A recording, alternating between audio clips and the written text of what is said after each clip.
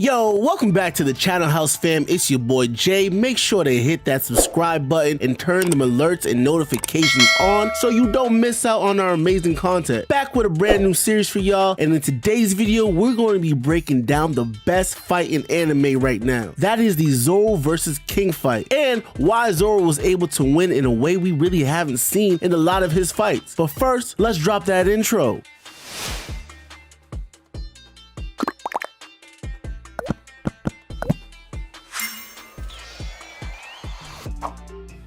Now, house fam, if you don't know, we here at the House of Animation love anime and cartoons, but more importantly, we love basketball. I mean, cause you know, we are niggas. And one of my favorite channels on YouTube is Thinking Basketball, which breaks down the game of basketball in such an easy way to make the common viewers actually get what's going on from a basketball perspective, giving us insight to how teams, players are doing well or bad and whatever the reasons are. So, shout out to Thinking Basketball. It's a great channel for any basketball fan or just good content, period. But this gave me an idea of thinking anime, or better yet, for this series, thinking One Piece. And what better fight to break down than the most dopest battle right now in One Piece, shit, in anime in general. Don't even at me, the Zoro versus King fight. Let's break this joint down. I think it's fair to say we can all agree most of Zoro's fights, he's just brute forcing his way through. Rarely do we ever see him use that brain of his. Shoot, even in Reggie's Sanji video, he stated that. When thinking of Zoro fights, we think of the big ones, like him versus Daz Bones, him versus Kaku, or shoot, even him versus Pika, which I guess you could make the argument that he kind of was using his smarts to outsmart Pika, who kept running away like a little bitch. But even then, that really is a mid-example, because Zoro finished him in one of anime's best scenes and with ease. Zoro was essentially playing whack-a-mole the whole fight. Even when he fought against Kaido and Big Mom, they were really impressed by his power, as they had to dodge all of his attacks and even complimented the King of Hell. Like, bro, that is some high praise. But these are all examples of Zoro brute forcing his way through his fights. And to be fair, what would you expect from someone who wants to be the world's greatest swordsman? Obviously, they're just going to slice their way through the opposition. Say what you want to say about Wano. It is easily, hands down, one of the best arcs in One Piece, if not the best art. And yeah, when I think back, when I actually first read through Wano, it was not the defining arc that I wanted for Zoro's character, but it still gave him one of the most growth as a character, and that growth in his character was one of the main reasons he was able to beat King the Wildfire. When it comes to Zoro outside of his fight, he is the voice of reason on the Straw Hat ship, constantly keeping the wild ambitions and tendencies of his monkey-like captain, all the while having his crew backs at all times, with that slice first, ask question later mentality. Now, before we even break down the whole fight between Zoro and King, we first gotta start our analysis at the rooftop, where we get our first glimpse of Zoro using his brain, something that is rarely shown in the whole show. But this is where I think the foreshadowing really began, because when Luffy went down, Zoro, Law, and Kid and Killer all stepped up to the plate. But it was really here where Oda really foreshadows the amazing fight to come. After managing to knock Big Mom off the rooftop, Zoro is ready to risk it all, diving off the rooftop to flame slice Prometheus,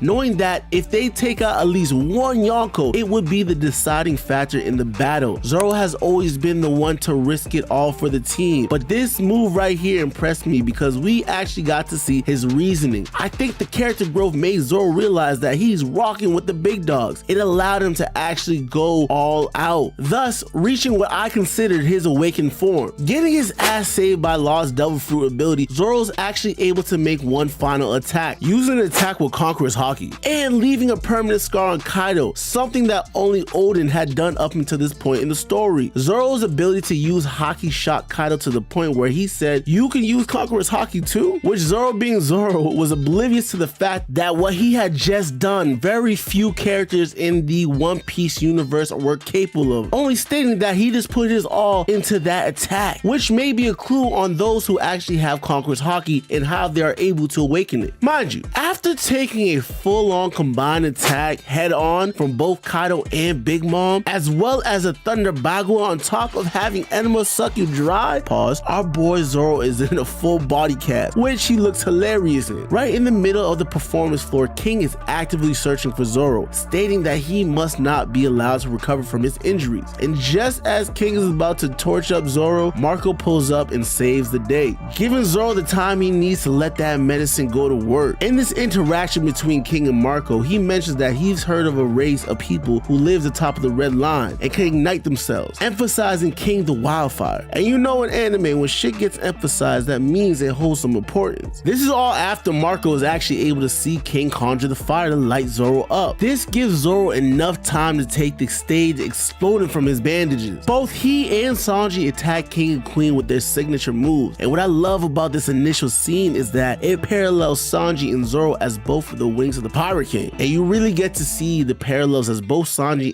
and Zoro go through their own crisis or struggles in their respective battles with King and Queen. And honestly, both of them go through a mental and physical struggle. Now, I'm gonna keep it a buck. The reason sometimes I prefer animated manga is that great panels, when they are fully animated, they really bring the scenes and fights together. This fight is a perfect example of that, because I think we can all agree when this fight was depicted in the manga, this man Zoro looked like he was getting his ass washed. But to be fair, after seeing this fight animated, it actually made me peep what was going on. And it's not like in the anime Zoro wasn't getting washed. I mean, think about it. Zoro only got like what, 5 to 6 hits in to actually damage King and win the fight. Initially, Zoro is on that ass hitting King with a barrage of attacks, and you can just feel the force. Look at King's feet dinging into the ground. And to keep it a stat, King is a big dude, standing at a whopping 20'1", while Zoro's only like 5'11". When King transforms his sword into the sword breaker katana, this rips the katanas right out of Zoro's hand, something that he won't forget and we will revisit later in the video. Now, at this point, King is washing Zoro, and we start to see Zoro really struggle, something we really haven't seen for a long time, especially physically. Zoro doesn't really get his first break until he's actually able to cut one of the end of the spikes on King's Gimp mask. And I thought this scene was interesting because King stated that he felt pain after Zoro asked him if he had nerves running through it. But I think the pain that King felt was actually his pride hurting him more, since the thought of having an impervious body, he was actually able to get damaged, which we come to find out he belongs to essentially a god race of people. So I know that had to hurt. This makes King go into beast mode, and King transforms into his hybrid mode as King flaps a wing attack, to which Zoro asks, is this the power of a dinosaur? Because at this point, Zoro was actually perplexed as to why he cannot cut this dude. As King starts to unleash a barrage of these attacks, Zoro is dodging left and right, deflecting up and down. And to be honest, these Johns are no joke, as we see one of these attacks slice a whole castle tower in half, just like how Enma did with Zoro on the cliffside. These attacks overpower Zoro, sending him through a couple walls, something you're gonna get really familiar with this fight. This leads Zoro right into the hands of Frankie, who Zoro tells to run so he does not get in his way or gets hurt, allowing Zoro to go all out because Zoro knows how decisive this battle will be. And Zoro acknowledges how King is an all-star due to that monstrous brute force strength. And again, we get more emphasis on the fact that no one has seen King's face, as both Frankie and Zoro state this. Here, Oda is stressing the importance of King's reveal, as it will confirm him to be of that race of people who live atop of the red line. And honestly, it's not the face reveal that causes Zoro to win in the end, it's Zoro's deep analysis of the fight. But this scene alone gives more credence to Zoro needing to know King's race to figure out more of King's powers. And this is where the mental part of the battle really comes into play. Because like I said, King is low-key fucking this dude up. But to be fair, Zoro is literally playing chess in his head, trying to figure things out as he's actively fighting this monster. In my second favorite scene of this whole fight, Zoro and King are paralleled again as they meet in the hallways of the castle. And as the rooms lit up leading toward both Zoro and King, flashing along the way, they get ready to battle. Note that the flame on King's back is not present as he turns into his hybrid mode and expands his wings to charge towards Zoro, ready to launch an Imperial Archer. And Zoro, wanting all the smoke, is charging right at him, ready to launch his Ultra Tiger Hunt. Bruh, this scene is animated so well. As their attacks meet, it results in a part of King's Gimp mask being cut, revealing his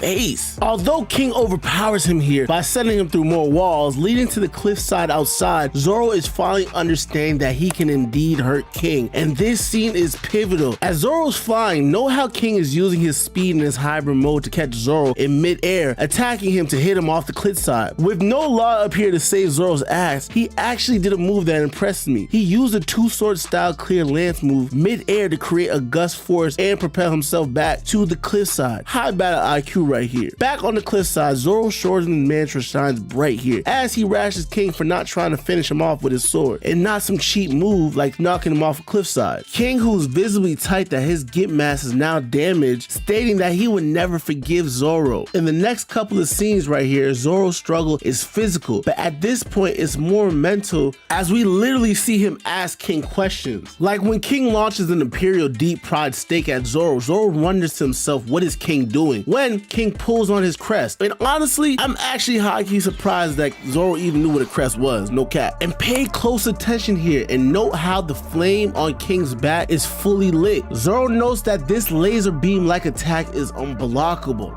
More clues, but in our next example, Zoro is starting to overcome the mental struggle of figuring out how to hurt King. In the very next scene, King is flying over Zoro and King reveals this is how pteranodons would hunt in ancient time, to which Zoro reverts back to his good old Zoro self, stating that, damn, I did not know that. As Zoro is evading the fire bullets from King above, who still has a flame lit, he states that if he keeps running around, he's going to overexhaust himself, and wonders to himself that since he did not know the fact before, he wondered if the flame on King's back was also a dinosaur feature, to which King tells him, maybe out of his pride of his race, that no, it wasn't. And we get furthermore inference of this because Zoro responds with, how dare he talk to me from that high up, hinting at what Marco was saying about King being a part of the old god race. And this makes sense as to why King's pride is reflected from here. Also, his Delafru makes sense since he's able to hover his opponents just as gods are worshipped from below by their believers. At this point, Zoro is really pinpointing what is making King so strong, thinking King may have fishman or giant's blood, but this scene right here gives us the greatest example of Zoro struggling to figure things out. As King looks in his eyes and notices a struggle by stating, you must be looking for an answer, your eyes are confused, knocking Zoro back again, this time almost unconscious, as Zoro drops the Wado out of his mouth and thanks himself, if he can't figure out the race of King, he's probably not going to be able to beat him. Not gonna hold you, Zoro is getting washed outside. After watching this fight in the anime, it's not like Zoro can't win, it's the fact that he is going through a couple of internal fights while fighting against one of the strongest opponents he's ever fought against. On the ground, Zoro hears the shamisen, which in Japanese culture played an important part in bunraku or puppet theater, or kabuki or drama, where it's used narratively to highlight the suspenseful drama via songs, making sense because Wano is played out in theater act. Boom, Zoro's second main struggle kicks in, the physical one. Zoro questions the sound, saying no way it could be playing now, and just then Enma activates, draining a great amount of Kakura Hakis from Zoro's body. You can see the toll that it actually takes on Zoro's body as you see his arms shrink in size. With Zoro yelling at the store saying, who authorized you to do this, Zoro weighs it off and stops the drain. Seeing this struggle, King uses this as an opportunity to sneak attack Zoro as they engage in a scuffle, and honestly, this is where King gets OD disrespectful by allowing Zoro to get a little freebie in. But really, it's a trick because once Zoro makes an impact, King's whole body ignites, creating a massive explosion, to which Zoro is only able to survive by using armament haki at the last second. Thinking, was he trying to die with me?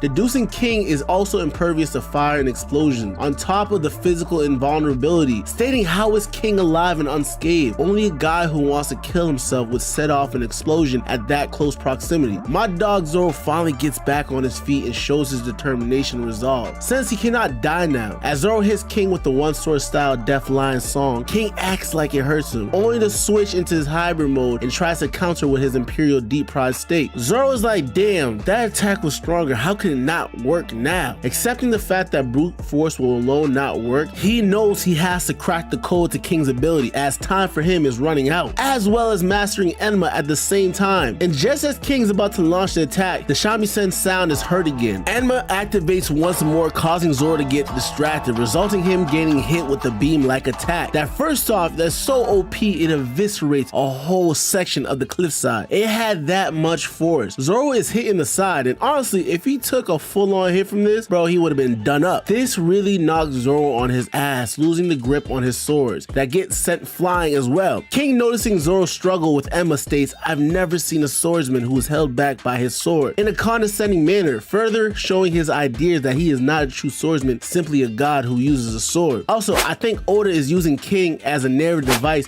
to let the viewers know that Zoro is facing these struggles, as he points out Zoro's eyes earlier and is now making it clear that Zoro is losing to his sword Enma, as the sword is actively testing Zoro in his most decisive battle. When your back is against the wall and shit is hitting the fan, all forms of survival come in, and that plays a major part. As Zoro is risking his life to get his swords back, he thinks as to why his beloved Wado Ichimonji, a Wano sword, would show up in a small island in the East Blue. When he goes to retrieve the Haki Slurper 5000 that is Enma, it is stuck in the ground. This scene is vital as it mirrors how King Arthur had to remove the legendary sword Excalibur from the stone in Arthurian legend. The Excalibur is a mythical sword that is imbued with magical powers and is associated with the rightful sovereignty of Britain. This scene right here is so important as it mirrors the Arthurian legend so perfectly, as Zoro is using his immense strength to not only remove the legendary sword Enma from the rock, aka the stone. Removing and mastering Enma allows Zoro to become a king in his own right. You're not slick, Oda, we see you. As King is overpowering Zoro through the damn floor at this point. Most of this fight, Zoro is on the ropes. Falling through the levels, he remembers Kozaburo, the old man from his village. Zoro remembers him telling him of the magnum opus sword he made in his youth and how named swords challenge their wielers to see if they're worthy, and tells Kid Zoro that the sword is so great that he had named it after the very king of hell, Enma. Realizing that this is the same sword that he learned about as a kid, Zoro realizes that Enma is simply testing him to see if he is worthy of wielding the same sword that Odin wielded with ease. Realizing Enma came to him and chose him just to test him, not out of malice but because he knew that Zoro was worthy. Zoro finally understands that it's not actually Enma but it's him who is lacking power. He understands and praises how Odin was able to wield Enma with it draining so much haki. Just then, when thinking how he can control his haki, we get visual cues to Zoro's Conqueror haki changing form, with the colors going from purple to green, knowing that if he continues to let the haki drain, he will die. So what can he do to control it? He lets go of the fear of dying. This allows Zoro to remain in a calmer state and unleash his advanced Conqueror haki, as we see the black and red lightning, which knocks out the lower beast pirates who are in the basement trying to attack Zoro, which, to much of the shock of King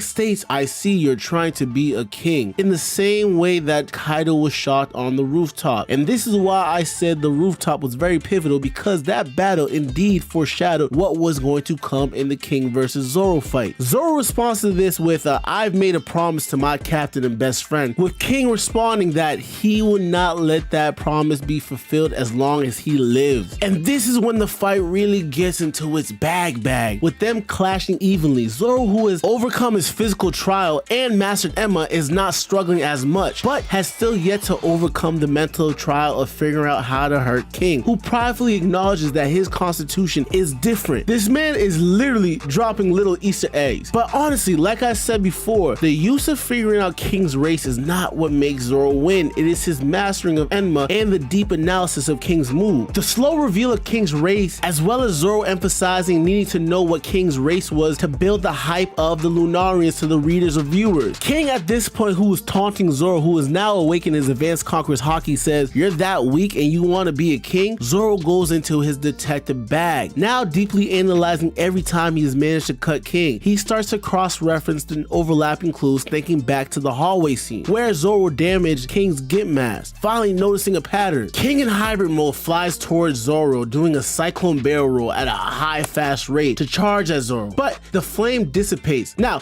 whether it's the wind speed of the cyclone, but honestly from what we learn next, is most likely he voluntarily did this. Zoro slides past King while he's using his Lunarian wings. King looks back at him almost as if he thinks Zoro has figured out his ability, which Zoro uses the beam to jump in the air and launch a 3-sword style Ultra Tiger Hunt, the very same move that damaged King in the hallway. Where the initial force allows Zoro to make a jump point, the gust of wind from this move actually goes at King, who flaps it away with his wings, and just then Zoro hits him with the full-on attack. Notice that King's flame is no longer lit, and dog, I don't know about y'all, but I wouldn't want to be on the receiving end of that move that involves a mastering Enma and an advanced Conqueror's Haki? Nah, couldn't be me. Finally, Zoro's able to accurately damage King as he slices his mask up, revealing a wounded King. Through deep analysis and trial and error, Zoro finally figures out that when the flame on King's back goes out, he gets faster, but his defense gets weaker. King is revealed to be a Lunarian based off his appearance of black wings, white hair, and brown skin. The waiters and pleasures are shocked at this revelation, stating the mere knowledge of the existence of Lunarian is a bag. Like, bruh, it's always that one character in anime that loses his life for saying shit they know that they should keep in their damn head. King kills everyone with fire, and it's funny because this scene also reminds me of when Katakuri had his damn mouth revealed too. Hilarious. This sets the whole basement on fire, causing the two of them to move back outside, setting for the final stage of the battle, with both of them knowing that they are at the end of their ropes, which is actually crazy because at this point Zoro has only actually damaged King honestly like once, and we only see blood attack in the basement and in the hallway. Understanding that the victor of this battle will be decided in the next couple of minutes, both of them show their resolves by both stating that their respective captains will become the king of pirates. With King finally giving Zoro the sword fight he wants, the last final standoff acts like an old samurai flick duels. Both King and Zoro charge up their attacks, with Zoro using the King of Hell 3-sword style Purgatory Onigiri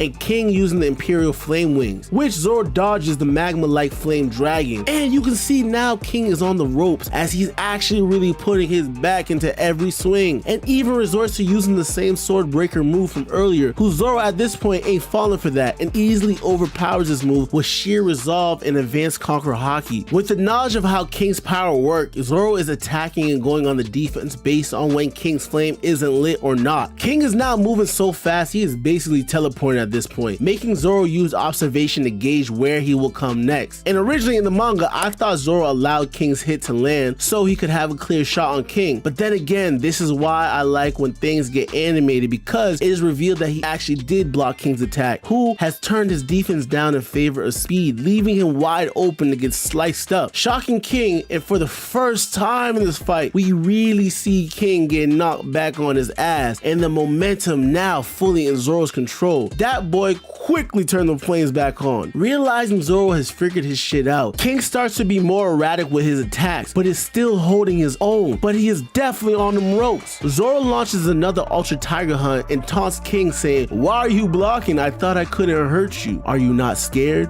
Both realizing that this is the end, Zoro and King are parallel across from each other, as King the Lunarian, which is the former race of people who lived above the red line, aka Mary Joie, and were revered as gods who also ruled the skies, launches his final attack. He flies into the sky to rain death from above, and Zoro, the King of Hell, is attacking him from below with his final attack. It parallels God versus devils, or how the Will of D members are the natural enemies of gods, aka the celestial dragon. One Piece plays with this concept a lot, where those who are perceived as the bad guys to the world actually contain some good folks, as we see with the Straw Hat Pirates and the common belief that all pirates are bad, or even Zoro, who is literally the physical embodiment of the King of Hell, is taking out a bad guy who calls himself King and is perceived as a god. At this point, King is in a full rage, and his pride makes him state that you are biologically incapable of defeating me, stating that he will only remember Zoro as a decent swordsman, which Zoro calls cap and says he will etch his greatness into his head. Launching one final Imperial Flame Wing in the strongest version we have seen to this point, it launches a major fire flame magma beam from the end of King's sword, which the move causes the sky to cloud up like a thunderstorm, which makes sense since thunderstorms form when warm, moist air rises into cold air. But this beam also affects the gravity, causing the rocky debris from the damaged cliffside to levitate in the air, setting the stage for the crazy hype climax. Zoro rushes at King by jumping up in the air and using the levitating rocks as platforms. King's move splits off into several smaller raids that take on the form of a magma dragon, very fitting for Zoro, who has Enma. Since Zoro learned how to cut fire from Kinemon, he's able to cut right through these beams with his swords and advanced Conqueror's Haki, using the rocks to make it to King. Seeing Zoro getting closer, King pumps the remaining power he has into one last attempt to amp up his move, which makes the main beam form into a giant dragon, very reminiscent of Kaido. As Zoro is closing the gap, he charges up to release the King of Hell 3-sword serpent, entering the mouth of the flame dragon and cutting it in half. The move is very symbolic, as we were foreshadowed about this when Zoro becomes the second person to scar Kaido after Odin had cut Kaido's dragon down down 20 years prior. And don't at me! This scene is hands down one of the best scenes I've ever watched in my entire life. It was so OD, Reggie called me to watch it as soon as it dropped. And I ain't gonna hold y'all, I dropped everything I was doing just to witness the greatness that is this episode. And you can tell they dropped the